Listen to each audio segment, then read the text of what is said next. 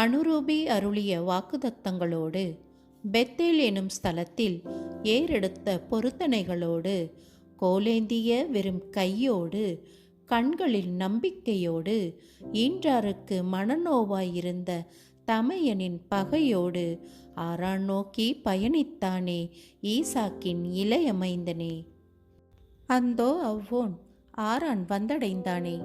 வயல்வெளியோடந்த சிற்றூற்று கேணியையும் மும்மந்தையுடை மேய்ப்பர் அவ்வையின் வீற்றிருக்க சார்ந்தோர் வசம் தன் இனவழியான் லாபான் சுகபலம் கேட்டறிந்து மந்தை மீது கரிசனை கொண்டோனாய், இது பொழுது போன வேலை இல்லையே, மந்தை சேர்க்கும் வேலையும் இல்லையே, ஆடுகளுக்கு தண்ணீர் காட்டவில்லையே, நீவீர் மேய விடவில்லையே என வினா எழுப்பிய யாக்கோபிற்கு அவ்வையின் மேய்ப்பர் பிரதிமொழியுரைக்க தெரியவில்லையே.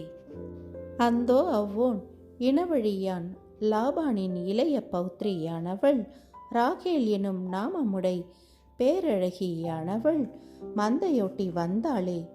மங்கையவள் ராகேலின் இடத்தில் ரெபேக்காளின் குமாரன் என அறிவித்தானே. ராகேல் தன் தகப்பனுக்கு அறிவித்தாளே. முப்பான் தினம் விருந்து விடுத்து கோழி பொருத்தி கொள்ள லாபான் அன்புக்கனை தொடுத்தனனே. அவ்வோன் குமாரத்திகளோ இருவர். மூத்தவள் நாமம் லேயாள், கூச்ச பார்வையுடை கன்னிகை. இளையோள் நாமம் ராகேல், பார்வைக்கு அழகான கன்னிகை. இளையோள் மீது பிரியம் வைத்தான் அந்த யாக்கோபே. பார்வைக்கு அழகான பாவையவளை கண்டவன் கவலை மறந்தான், களித்துயில் மறந்தான், கண்ணுறங்காது உழைத்தான். அவன் உள்ளத்தில் ராகேல் ஓரமாக இல்லை, அழகான ஓவியமாகவே நின்றாள். 7 வருஷம் பணி செய்து மொய்குழலால் கரம் பிடிக்க பேச்சுறுதி அமர்த்தி கொண்டான் அங்கே. 7 வருஷம் 7 நாள் போல யாக்கோபுக்கு கடந்தது போலும். அந்தோ அவன் மாமனும் விருந்து செய்வித்து விலங்கிழையாளை லேயாளை அவன் வசம் விடுத்தானே.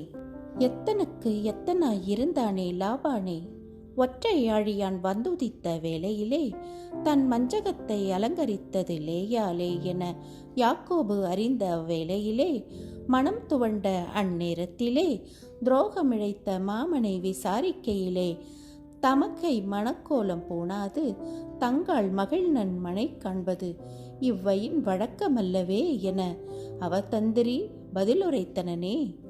இளையோளை அடைய வழிவகுத்து தருவதாக அவதந்திரி மீண்டும் மதுரவசனம் ஏவினானே. அவ்வோன் மறுமொழி மங்கள மொழியானதே ஈசாக்கின் மைந்தனுக்கே. கனவில் காதலி கரம் பிடிக்கும் நாளை எண்ணி இதயத்தில் இதமான ஒத்திகை அவ்வப்போது மேற்கொண்டானே.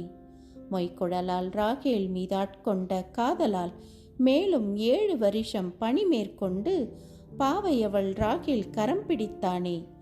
ராகேல் மீது கரையற்ற காதல் கொண்டானே. லேயாள் அன்பினை அலட்சியம் செய்தானே.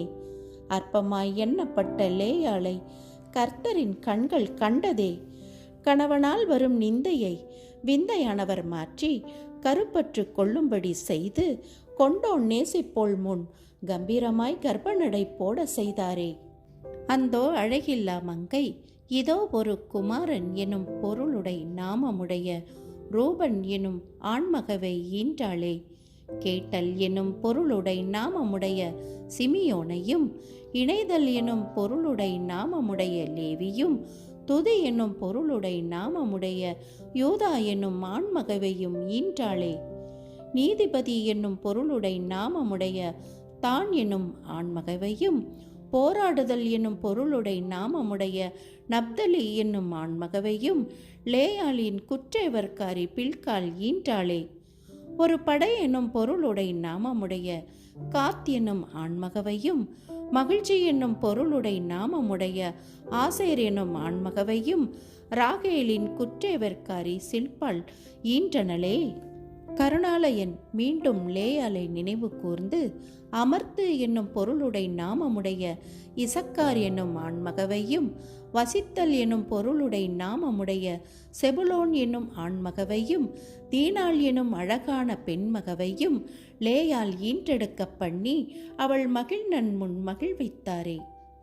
கரை காணா பேரொளியானவர் ராகேலையும் நினைத்தருளி கூட்டுதல் என்னும் பொருளுடை நாமமுடைய யோசேப்பை ஈன்று மலடியானவளை மகிழ்வித்தாரே. இவ்விதமாய் தனிமனிதன் யாக்கோபு பெரும் படை போன்ற பிள்ளைகட்கு தகப்பனாயினானே. உன்னதரின் உள்ளன்பினை பறை கொட்டி உரைத்திடு, வல்லவரின் வார்த்தையால் கல்மணம் உடைத்திடு, மனுடர் இருதயத்தில் மகிபனை விதைத்திடு, மண்ணை கீறி வீறு கொண்டெழுந்து விருட்சமாய் விளைந்திடு. என் உள்ளமே, போராட்டம் நிறை உலகில் நீ ஆவிக்குரிய பட்டயத்தோடு போராடிடு. குளம் போல் கண்கள் நிறை கண்ணீரோடு தேவ சமூகத்தில் மன்றாடிடு. அருளாளன் உன் கதறல் கேட்டு கண்ணீர் நிறைந்த உள்ளத்தோடு ஆரான் கடந்து போனவன் மனைமக்கள் பெருக்கி களிப்பாக்கிய அதே அருளாளன் என்றும் வாடாத ஆத்ம மலர்களை மலரச் செய்துனை களிப்பாக்குவாராக. இவ்வண்ணம் கர்த்தரின் கலத்தில் நான். ஆமேன்.